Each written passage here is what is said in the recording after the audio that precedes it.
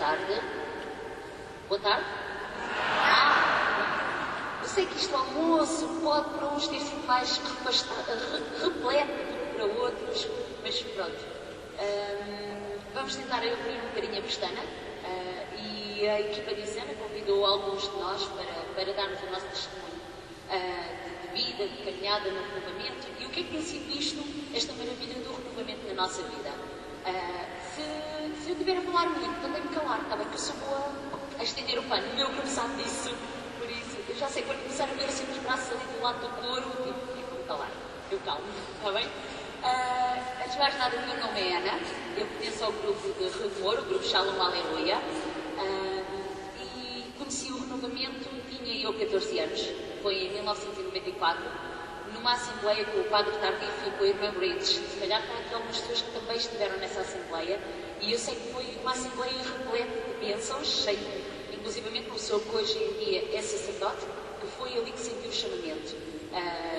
Há muito pouco tempo é que eu soube isto e eu pensei, realmente, naquela assembleia ocorreram grandes maravilhas. Eu fui arrastada pela minha mãe não queria deixar sozinha em casa, e eu era uma jovem um bocadinho errequinha. Pronto, eu não era propriamente uma pessoa que gostava de estar muito tempo em casa, e claro que a minha mãe, no fim de semana inteiro, não deixava ficar sozinha em casa. Vou com ela para Fátima. Fui completamente contrariada, admito. Não conhecia nada disto do renovamento. O que é isto do renovamento? Quando entrei na Assembleia, pensei, pronto, cheguei à Igreja Universal do Reino de Deus.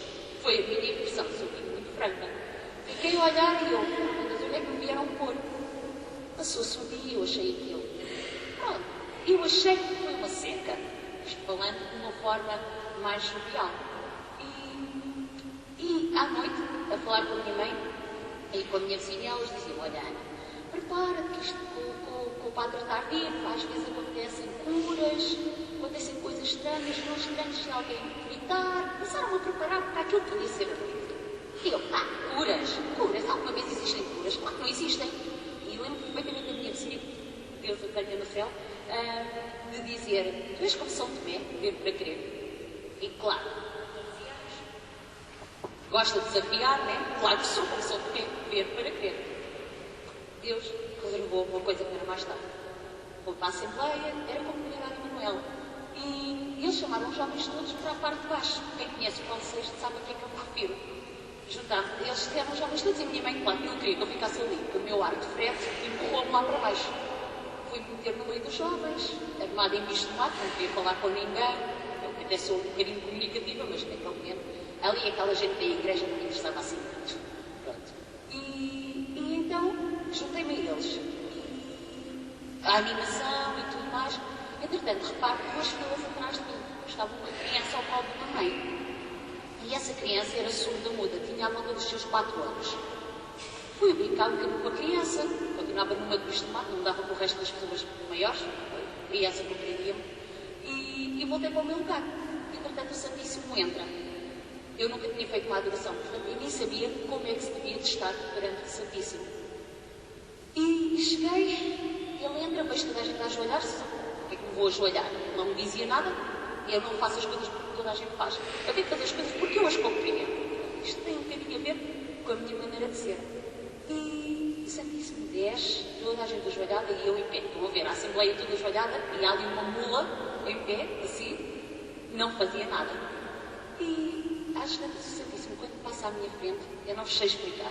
Eu parece que tive assim uma coisa em cima da minha cabeça, tipo, ajoelha-te. E eu caí de joelhos perante o Santíssimo. Foi impossível, perante algo tão importante, permanecer só de pé e com um ar indiferente. Eu tive que me ajoelhar. Ocorreu a oração de cura, durante toda a oração, entretanto o Santíssimo passou perante as pessoas. Ele parou durante bastante tempo à minha frente. E eu, nessa altura, eu não sabia porquê, mas eu só chorava. E eu, mas porquê é que eu estou para aqui a chorar? Se não me diz nada, supostamente também não devia estar a chorar.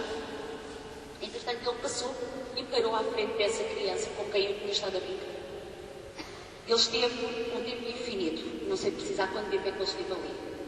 E a determinada altura, a criança vira-se e diz: Mamã. Olha, eu estava de costas para a criança, virei logo para trás. De onde é que eu ouvi dizer mamã? E volta a criança a dizer: Mamã. A mãe daquela criança desata num pranto e a dizer: o meu filho fala, o meu filho fala, o meu filho fala, o meu filho fala. A senhora não conseguia parar de dizer isto. À volta começou toda a gente a louvar a Deus por aquilo que tinha acontecido, ninguém percebia o que era. E eu só pensava: bolas, afinal existem curas, afinal Deus cura. E deixei-me ficar. Partilhei isso com a minha mãe e com a minha vizinha à saída, e portanto comecei a participar nas orações à quarta-feira com o meu grupo, naquela altura era a quinta. Comecei a participar, fui fazendo caminhada, ano após ano, cheguei a 97, às Jornadas Mundiais da Juventude em Paris. Não sei se está aqui alguém que tenha participado nessas jornadas. Alguém? Só tu? Estou ali duas. Pronto. Para quem não sabe, as Jornadas Mundiais da Juventude é um encontro mundial de jovens que acontece.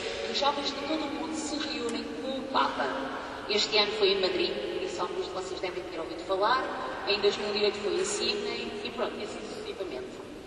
E fui às jornadas e quando a minha mãe me convidou, me deu o envelope com a autorização, eu fiquei super alegre. E sentia dentro de mim que alguma coisa ia acontecer ali. Não sabia o que era, mas já estava a fazer caminhada há alguns anos no renovamento, portanto, aquilo já não me era completamente indiferente. Cheguei a Parré, fui com a comunidade de Manuel e nós fizemos o que nós se chama uma pré-jornada. Ou seja, durante uma semana estamos em preparação para a jornada, para o encontro com o Papa. E nessa preparação, vocês imaginem um prado, muita relva. Se vocês andarem, encontram rios, encontram veados, encontram javalis, encontram tudo. Imaginem, no meio desse prado, uma tenda partida ao meio, com o Santíssimo exposto. E à frente dessa tenda não há bancos, não há nada. Há chão, há relva. E o jovem, em Parré, pode estar conforme ele deve ser. Se quer estar de joelhos, está de joelhos. Se quer estar sentado, está sentado. Se quer estar deitado, está deitado. Ele está como ele quer, perante o Santíssimo. E eu fui para lá, houve uma determinada senti necessidade de ir ter com o Santíssimo Santíssimo. E fui. Depois sentia dentro de mim alguma coisa tipo a cutucar. Vai-te confessar. Mas vou-me confessar porquê? Vai-te confessar. Sentia dentro de mim aquelas coisas que nós não conseguimos explicar. Aí eu olho para o lado, também vou-me confessar, olho para o lado, não me vou confessar. Porque quem estava a confessar era o Padre Pedro, que era o padre que vinha no meu autocarro. E eu tinha medo, vergonha, seja o que for, fobia, de me confessar a padres conhecidos. Estava fora de questão de me confessar. E virei para o Santíssimo e disse: não me vou confessar. E eu continuava a sentir tudo: vai-te confessar. E eu olhava para o Padre Pedro e eu não me vou confessar. E às tantas vi ao lado um padre espanhol e eu pensei: pronto, se calhar vou-me ali confessar ao padre espanhol. E depois continuava a sentir dentro de mim: vai-te confessar ao Padre Pedro. E eu só me virava para o Santíssimo e dizia: não, estava naquela luta interior, o Santíssimo, eu e o Santíssimo e eu e pronto. E armada e esperta, pensando eu que era mais esperta que Deus, olhei para os dois padres e vi o padre espanhol a dar a bênção ao jovem que estava a confessar. E eu pensei, virei para o Santíssimo e disse: ok, eu vou-me confessar ao primeiro que ficar livre. O Padre Pedro ainda estava a confessar, o padre espanhol estava a dar a bênção e eu já preparada para me levantar, e o padre espanhol começa a falar com o jovem, e eu vou só embora, deixa o Padre Pedro a dar a bênção, e o padre espanhol, olha Deus, despacha-te lá, sai lá daí que eu não quero ir ao Padre Pedro. Eu pensar cá para mim, imaginem isto pode parecer ridículo, mas foi mesmo uma luta interior que me aconteceu a mim. Às tantas, adivinha quem foi o primeiro jovem que se levantou? O jovem que estava a confessar ao Padre Pedro. Bolas, é mesmo ele que me confessar. Também sou mulher de palavra e vou, ponto final. E o Padre Pedro foi o Padre Pedro.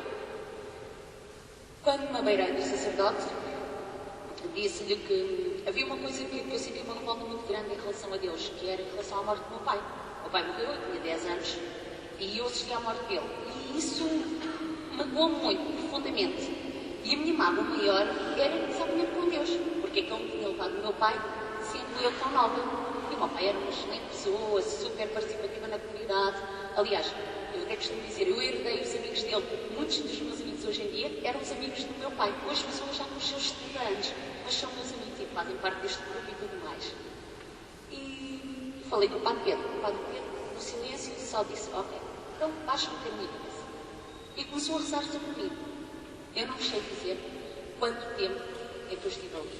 Eu chorei.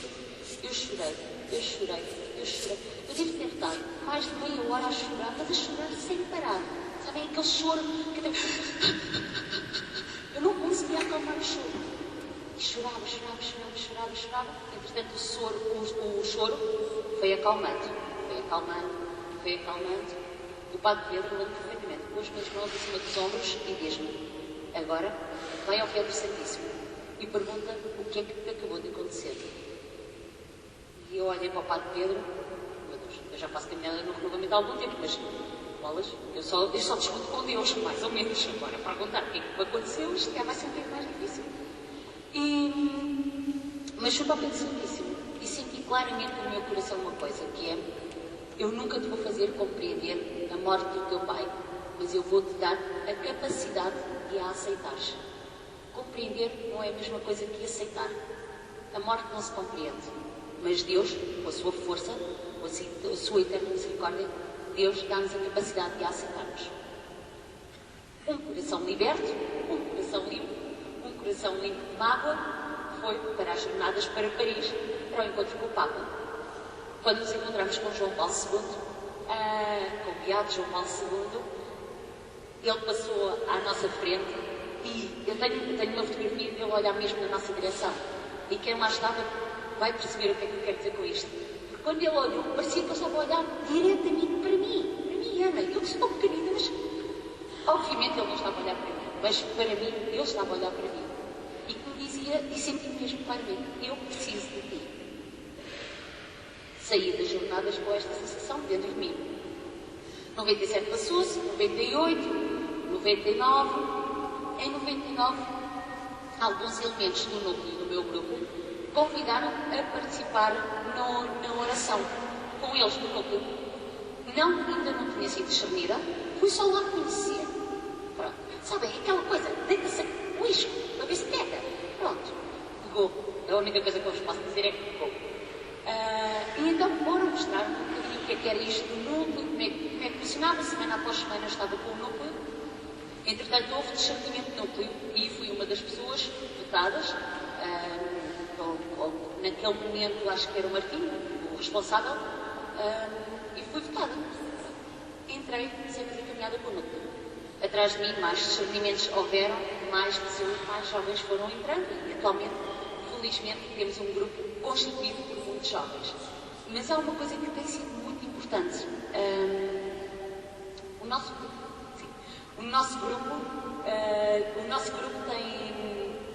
tem pessoas de todas as idades. Temos essa bênção. Mas tem acontecido uma coisa que tem sido extremamente interessante, que é a passagem do testemunho. As pessoas não têm ficado com o testemunho para elas e têm-nos deixado a nós, jovens, avançarmos. Ou seja, imaginem, vinha uma pessoa, a Bertilde estava à frente de tudo. Lentamente foi passando a pasta para outra pessoa, foi passando a pasta, e ela agora se vai chegando cada vez mais para trás. Quem diz Bertilde, diz o Martinho, diz uma Lourdes, uma Esmeralda, uma Henrique, tanta gente que tem passado por lá e que nos tem deixado de chegar à frente. E isto tem sido uma coisa super importante. O que eu vos queria dizer é, confiem nos jovens que estão no vosso grupo. Deem-lhes responsabilidades. Não queiramos ser nós a fazermos tudo. Dividamos as coisas. Obviamente, não abandonem. Não deixem ir só. Acompanhem. Eu fui tocada em Fátima. Eu fui tocada novamente em Parré. E eu estou ao serviço. Mas tal como eu, há muitos jovens que podem estar ao serviço. Portanto, confiem um pouco nos vossos jovens. Deixem-nos avançar. Acompanhem-nos. Não os abandonem. Acompanhem-nos, estejam presentes com eles e eles vão dar